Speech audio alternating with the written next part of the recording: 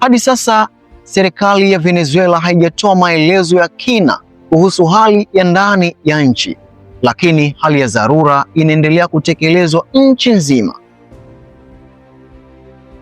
Rais wa Marekani Donald Trump ameeleza kuwa operation ya kumkamata Maduro ilifanywa kwa misingi ya sheria za kimataifa na mashtaka yalikuwepo kwa muda mrefu.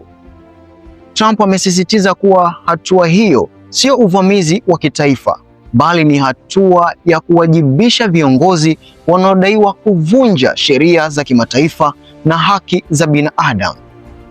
Ameongeza kuwa Marekani haina nia ya kutawala Venezuela, bali kusaidia kurejesha utulivu na mazingira ya kisiasa yanayokabili kitaifa.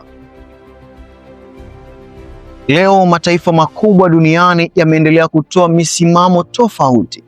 Urusi na China zimeeleza wasiwasi mkubwa, zikisema hatua ya Marekani inaweza kutoa mfano hatari katika mahusiano ya kimataifa.